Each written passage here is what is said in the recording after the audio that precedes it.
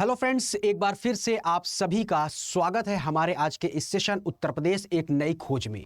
और आज हम लोग बात करेंगे लखनऊ की चिकनकारी के ऊपर। ऐसा कहा जाता है कि लखनऊ के लोग न केवल चिकन खाते हैं बल्कि चिकन पहनते भी हैं। अब यहाँ पर चिकन पहनने का क्या मतलब है कि एक कशीदाकारी और एक ऐसी कारीगरी जिसकी महत्ता की अगर हम बात करें या जिसकी प्रसिद्धि की बात करें तो न केवल भारत में बल्कि वैश्विक स्तर पर भी इसको काफी सराहा गया है। अब चिकनकारी आया कहां से? तो 16वीं शताब्दी के आसपास अगर हम देखते हैं, जब मुगल सत्ता यहां पर थी, तो मुगल काल से ही हम लखनऊ में इसकी शुरुआत देख सकते हैं। ऐसा कहा जाता है कि जो जहांगीर की जो बीवी थी नूरजहां, वो जब ईरान से आती है तो उसी ने इस कला को सीखा था वहां पर और यहां पर उसने इस कला को आगे बढ़ाया। लेकिन इसकी एक दूसरी धारणा भी है कि नूरजहां की जो एक नौकरानी थी बांदी, जिसका नाम बिस्मिल्लाह था, वो जब दिल्ली से लखनऊ पहुंचती है तो इस आर्ट के बारे में नूरजहां को बताती है। और नूरजहां को जब ये चिकनकारी की कला पसंद आती है तो ये इसका विकास करती है, लोगों तक पहुंचाती है।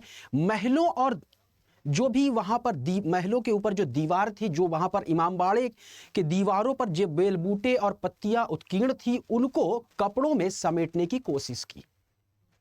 तो इस तरह से हम देख सकते हैं कि जो चिकनकारी है, इसकी शुरुआत भारत में मुगल काल के दौरान होती है। लेकिन 18वीं सेंचुरी आते आते ये पूरी की पूरी जो कला है वो अगर हम देखते हैं तो डिक्लाइन होने लगती है। रीजन बिहाइंड क्या होता है कि जो ब्रिटिशर्स थे वो फॉरेन से यानी कि ब्रिटेन से मशीन्स को लेकर के आए थे और चिकनकारी में हाथों का वर्क होता है।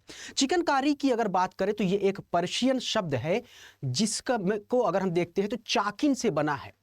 चाकिन ही बाद में डिस्टॉर्ट होकर के चिकन हो गया और यहां पर चिकनकारी दो शब्दों से मिलकर के हमें मिलकर बनता हुआ दिखाई देता है। एक तो है चिकन, दूसरा है कारी। चिकन का मतलब होता है एम्ब्रॉयडरी और कारी का मतलब है वर्क, यानी कि एम्ब्रॉयडरी के वर्क को ही हम चिकनकारी कहते हैं, जिसके अंतर्गत कशीदाकारी या बेल बूटे के उभारा जाता है। इसमें कई अलग अलग रंगों के धागों का प्रयोग किया जाता है, यानी कि सुई और धागे के माध्यम से जो कशीदाकारी की जाती है, जो बेल बूटे उकेरे जाते हैं महीन कपड़ों के ऊपर, खासकर कॉटन के कपड़े या फिर जॉर्जेट के कपड़े जो होते हैं, उसी को हम नाम देते हैं चिकनकारी। तो आज इसी के बारे में हम लोग बातचीत करेंगे। यहां पर चिकनकारी का जो पूरा का पूरा वर्क है, वो पूरा वर्क जो होता है किस तरह से होता है, इसमें कौन कौन से स्टेप्स हैं, ये तमाम सारी चीजें आज हम लोग यहां पर डिटेल में देखेंगे। तो यहां पर मैंने बात की मुगल काल की। मुगल काल के बाद अगर हम देखते हैं तो जो नवाब होते हैं उन्होंने भी इसको खूब सराहा और इसका खूब विकास किया।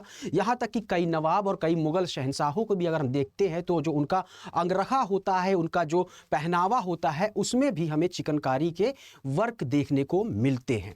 तो सबसे पहले यहां पर हम शुरुआत करते हैं कि चिकनकारी कितनी खूबसूरत है। और चिकनकारी का जो वर्क है वो इतना ज़्यादा डिटेल्ड वर्क है और इसमें इतनी ज़्यादा मेहनत लगती है, इसकी वजह से जो इसकी कॉस्ट है वो काफ़ी ज़्यादा बढ़ जाती है। और यहां पर इस वर्क के लिए जीआई टैग भी इसको प्राप्त हुआ है।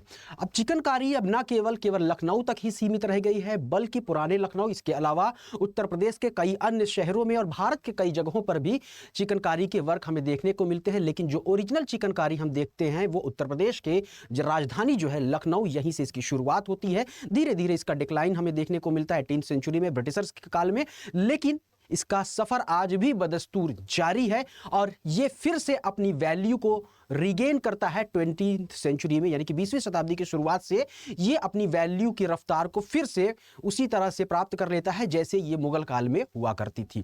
और इसकी के अंतर्गत अगर हम देखते हैं तो इसका एक बहुत ही अच्छा उदाहरण अगर हम देखें या कह लें कि जो चिकनकारी का एक खूबसूरत आर्ट जो पीस है वो लंदन के रॉयल अल्बर्ट म्यूजियम में वर्ल्ड के जितने भी टूरिस्ट हैं उनको अपनी कला की गाथा सुना रहा है आज भी।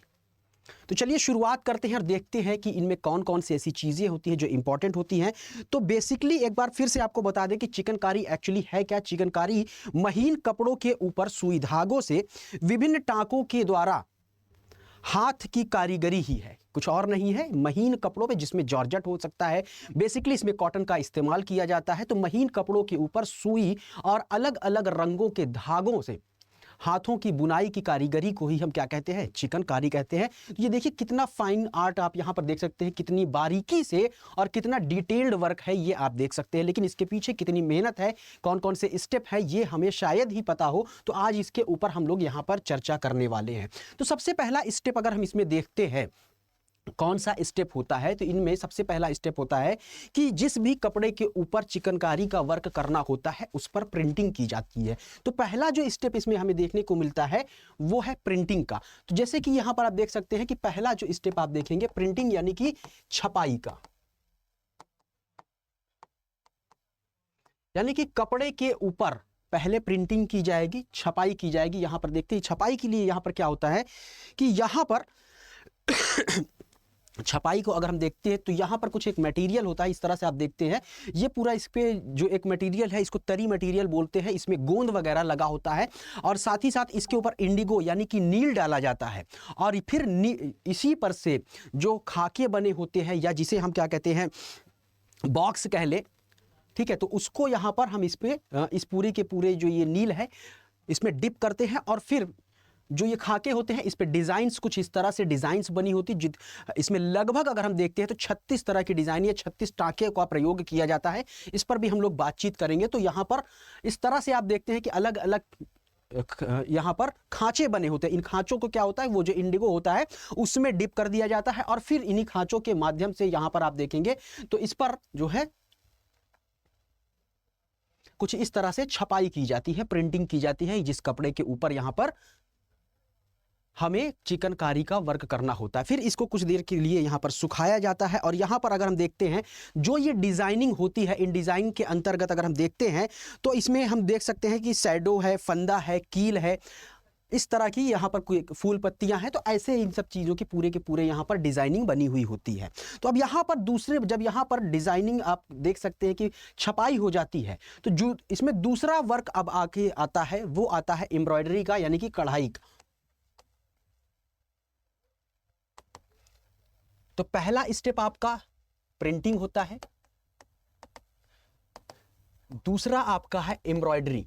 तो एम्ब्रॉयडरी में क्या है कि जो छपाई की गई है उस पर अलग अलग कलर के धागों के माध्यम से, जो अलग अलग कलर के डिफरेंट कलर के जो धागे इस्तेमाल करने होते हैं उन धागों का प्रयोग किया जाता है और यहाँ पर कॉटन के कपड़े पर, जॉर्जेट के कपड़े पर धीरे धीरे इसको सुई के और धागों के माध्यम से इस पे कढ़ाई करना शुरू की जाती है। और ये काफ़ी डिटेल्ड वर्क होता है, काफ़ी महीन वर्क होता है और इसीलिए इसमें अगर एक कुर्ते या एक साड़ी की अगर हम बात करते हैं तो बनाने में लगभग 2 से 3 हफ्ते लग जाते हैं या महीनों भी लग जाते हैं। डिपेंड करता है कि कितना फाइन आर्ट करना है। अगर हम बात करें जैसे कि बहुत सारे फेमस आप बॉलीवुड में देखते हैं कि जो डिज़ाइनर्स है जैसे मनीष मल्होत्रा है, सब्यासाची वगैरह है, तो इनके जो डिज़ाइन किए हुए लहंगे होते हैं एक्चुअली में उनका जो वर्क होता है वो यही आर्टिसंस के द्वारा किया जाता है। इनके कई शॉप्स भी अगर आप देखेंगे, कई इनके शोरूम्स भी लखनऊ में आपको देखने को मिल जाएंगे। लेकिन जो बिहाइंड वर्क है वो लखनऊ के आसपास या कह लें कि जो गोमती नदी वहां पर बह रही है, गोमती नदी के पार रहने वाले मुख्य रूप से जो महिलाएं हैं उनका काम इस पूरे के पूरे एम्ब्रॉयडरी के पीछे हमें देखने को मिलता है। और इसी यही वर्क यानी कि मनीष मल्होत्रा, सब्यासाची या जो भी बड़े बड़े फेमस या इस तरह के जो डिजाइनर्स हैं वो आउटसोर्स कर देते हैं अपने वर्क को और इन महिलाओं के द्वारा यहां पर एम्ब्रॉयडरी की जाती है और फिर एम्ब्रॉयडरी करने के बाद उसको लाया जाता है, उस पर वॉशिंग होती है, जिससे कि प्रिंटिंग में अगर कोई भी वहां पर निशान बचा रह गया है और एम्ब्रॉयडरी के बाद कोई धागे वगैरह बचे हुए हैं तो वहां पर वॉशिंग की जाती है केमिकल के द्वारा। यानी कि तीसरा स्टेप जो हमारा होता है, यहां पर तीसरा स्टेप जो होता है वो हो जाएगा वॉशिंग का।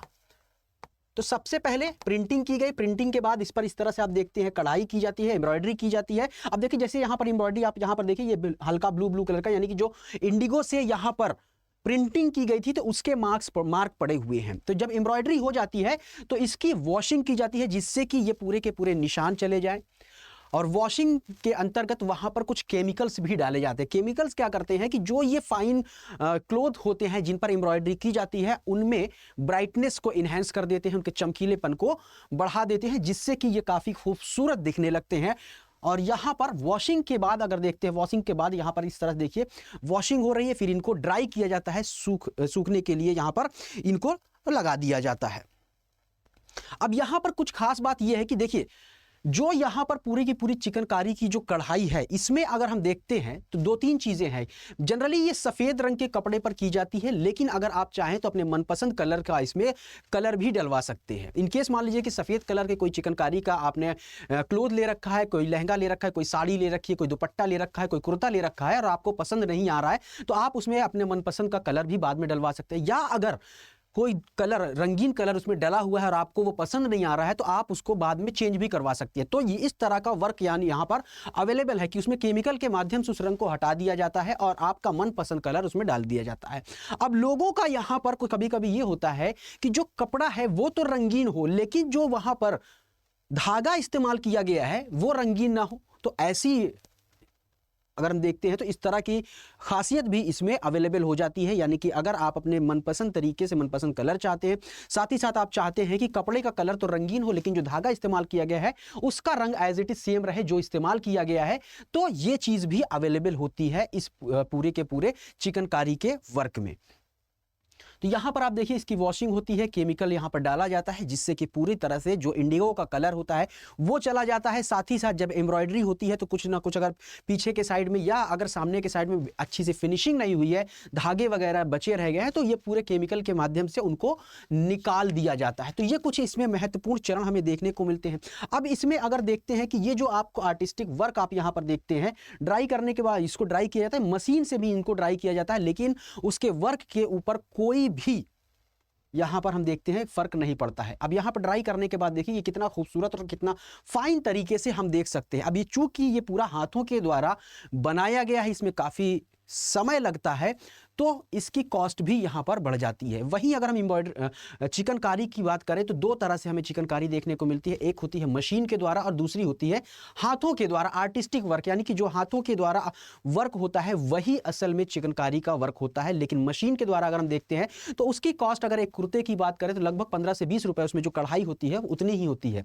लेकिन असल जो चिकनकारी है वो हाथों के द्वारा होती है और बहुत ही ज्यादा महीन और डिटेल्ड वर्क होता है। इसकी वजह से इसकी कॉस्ट जो है थोड़ा सा बढ़ जाती है और इसीलिए अगर हम देखते हैं कि जो फॉरेन कंट्रीज हैं वहां पर इनकी डिमांड खूब ज्यादा है। और यही एक रीजन रहा कि जब 18वीं सेंचुरी में अगर हम देखते हैं तो भारत को एक तरह से अंग्रेजों के द्वारा पूरी तरह से सक्शन पंप की तरह से निचोड़ लिया गया था। यहाँ के लोग निर्धन हो रहे थे, तो इसकी वजह से इसकी जो वैल्यू थी, कॉस्ट ज़्यादा होने की वजह से धीरे धीरे भारतीय बाजार में इसकी डिमांड कम होने लगी थी। क्योंकि अंग्रेज क्या लेकर के आए थे, मशीन लेकर के आए थे, और मशीन से जो चिकनकारी यानी कि मशीन के द्वारा जो कढ़ाई की जा रही थी वो थोड़ा सस्ती पड़ती थी। तो इसलिए ये चिकनकारी के जो वहाँ पर अगर देख सकते हैं, जो ये एक हस्तशिल्प यानी कि हैंडीक्राफ्ट का एक खूबसूरत नमूना है, जो कि भारत की एक लिगेसी है, एक विरासत है, वहां पर हम देखते हैं धीरे धीरे डिक्लाइन होने लगता है। लेकिन 20वीं शताब्दी के आते ही आते यहां पर इसने फिर से अपनी वैल्यू को रीगेन किया और आज भी इसका सफर बदस्तूर यहां पर जारी है। यानी कि मुगल काल से लेकर के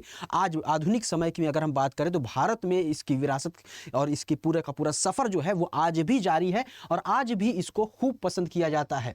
तो अब यहां पर देख सकते हैं कि कितने खूबसूरत और फाइन आर्ट की डिजाइनिंग आप यहां पर देख सकते हैं। अलग अलग कलर के अलग अलग धागों का इसमें इस्तेमाल किया जाता है। हालांकि यहां पर एक नाम और भी आप अक्सर सुनते होंगे, जरी जरदोजी। तो जरी जरदोजी चिकनकारी से कैसे अलग है? तो बेसिकली देखिए, लगभग इसमें जो काम होता है वो एक जैसा ही होता है, लेकिन जरी जरदोजी में जो धागे हैं उनकी जगह पर तार का प्रयोग किया जाता है। और ये जनरली जो तार होते हैं वो सिल्वर यानी कि चांदी के होते हैं या गोल्ड के होते हैं। और जरी जरदोजी के अंतर्गत जो पोशाकें बनाई जाती हैं वो और भी ज़्यादा कॉस्टली हो जाती हैं। इसीलिए उन पोशाकों को अगर हम देखें तो नवाबी पोशाक या राजशाही पोशाक भी कहा जाता है। तो जरी जरदोजी चिकनकारी से बिल्कुल अलग तो नहीं कह सकते हम, लेकिन यहाँ पर धागों का इस्तेमाल किया जाता है चिकनकारी में, और वहीं जरी जरदोजी में धागों की जगह पर पतले पतले तारों का इस्तेमाल किया जाता है, जो कि गोल्ड के, सिल्वर के बने हुए होते हैं। इसी तरह से आप बनारसी साड़ी को अगर देखें तो वहां पर भी ज्यादातर इन्हीं तारों का इस्तेमाल किया जाता है, सिल्वर के तारों का इस्तेमाल किया जाता है। हम किसी एपिसोड में बनारसी साड़ी के बारे में भी बातचीत करेंगे, ठीक है। तो यहां पर आप इस तरह से देख सकते हैं, और ये वो धागे हैं जो इसमें इस्तेमाल किए जाते हैं। हालांकि अब इन धागों की अगर हम बात करें तो इस्तेमाल कम हो रहा है, क्योंकि इसको बनाने में इन धागों को, पूरा कॉटन के जो धागे होते हैं उनको बनाने में काफ़ी मेहनत लगती है, काफ़ी कॉस्ट लगती है। तो इसलिए जो अभी सिंथेटिक धागे आ रहे हैं उन्हीं का प्रयोग किया जा रहा है। तो अब इस पूरी की पूरी चिकनकारी में अगर हम देखते हैं तो कुल 36 टाँकों का इस्तेमाल किया जाता है, जिसमें अगर हम देखते हैं तो पेचनी, फंदा, कांटे, घास पत्ती, जाली, बिजली, बखिया, टेपची, इस तरह के तब 36 टाँके हमें देखने को मिलते हैं। तो यहाँ पर अगर हम देखते हैं कि बात करें चिकनकारी की, तो इसमें चिकनकारी से संबंधित कुछ ऐसे ऐसे मशहूर लोग भी हैं, जो कि अगर हम बात करें तो उसमें उस्ताद फैयाज खान का नाम आता है, हसन मिर्जा साहब का नाम आता है। ये चिकनकारी से जुड़े हुए बहुत ही प्रसिद्ध लोग रहे हैं, जिन्होंने चिकनकारी की कला को और भी ज़्यादा विकसित किया, और भी ज़्यादा मजबूत किया, और इसको न केवल लखनऊ में, उत्तर प्रदेश में, बल्कि राष्ट्रीय स्तर पर और वैश्विक स्तर पर इसकी एक अलग पहचान बनाने में काफ़ी योगदान दिया है। और इन्हीं के सबके योगदान की वजह से अगर हम देखते हैं तो संभवतः 2008 में चिकनकारी को जीआई टैग सर्टिफिकेशन भी दिया जाता है। तो आज के सफ़र में इतना ही। चिकनकारी के बारे में हम लोगों ने बात किया। अगर आप किसी अन्य चीज़ के बारे में जानना चाहते हैं, आपके पास कोई ऐसी कहानी है, उत्तर प्रदेश के किसी शहर की, उत्तर प्रदेश के किसी भी प्रोडक्ट की कोई कहानी है जो आप चाहते हैं कि हम उसको अपने सेशन में डिस्कस करें, तो कमेंट सेक्शन में आप उसके बारे में बता सकते हैं, अपनी प्रतिक्रियाएं दे सकते हैं। हमें आपकी प्रतिक्रियाओं का और जवाब का इंतज़ार रहता है। मिलेंगे अगले सेशन में, लेकिन उससे पहले एक जानकारी आप सभी के लिए कि अगर आप इस पूरी चीज़ की पूरी PDF चाहते हैं तो आप सलमान लाइव यहाँ पर study.with-सलमान सर और study.with-सलमान सर ये मेरा इंस्टा आईडी है, और टेलीग्राम चैनल भी, तो आप यहाँ पर मुझसे जुड़ सकते हैं। इसके अलावा स्टडी IQ के किसी भी कोर्स में आप इनरोल करना चाहते हैं तो सलमान लाइव कोड का आप इस्तेमाल कर लिए, मैक्सिमम डिस्काउंट मिल जाएगा। और अभी रिपब्लिक डे सेल चल रहा है, जिसकी वैलिडिटी जो है सिर्फ 27 जनवरी तक है। ध्यान रखिएगा, 27 जनवरी तक। तो वहाँ पर अगर आप सलमान लाइव का कोड का इस्तेमाल करते हैं और अपने आप को उत्तर प्रदेश के कोर्स में या किसी दूसरे स्टेट के कोर्स में इनरोल करते हैं, तो वहाँ पर मैक्सिमम डिस्काउंट मिल जाएगा। 9999 में ही आप अपने आप को इनरोल कर लेंगे, जहाँ पर स्टडी IQ की एक्सपर्ट फैकल्टी के द्वारा आपको प्रीलिम्स और मेंस का पूरा सिलेबस कवर करवाया जाएगा। निश्चय फाउंडेशन बैच 4 लॉन्च कर दिया गया है, जिसमें क्लासेस 24 जनवरी से स्टार्ट हो गई है। तो आपके पास समय बहुत कम है, आप चाहें तो इनरोल करके अपनी स्टडी को आगे बढ़ा सकते हैं और अपने सक्सेस को इंश्योर कर सकते हैं। ध्यान रखिए, सलमान लाइव कोड का इस्तेमाल करना बिल्कुल भी ना भूलिएगा। तो मिलते हैं अगले सेशन में, तब तक पढ़ते रहिए, आगे बढ़ते रहिए। जय हिंद, जय भारत।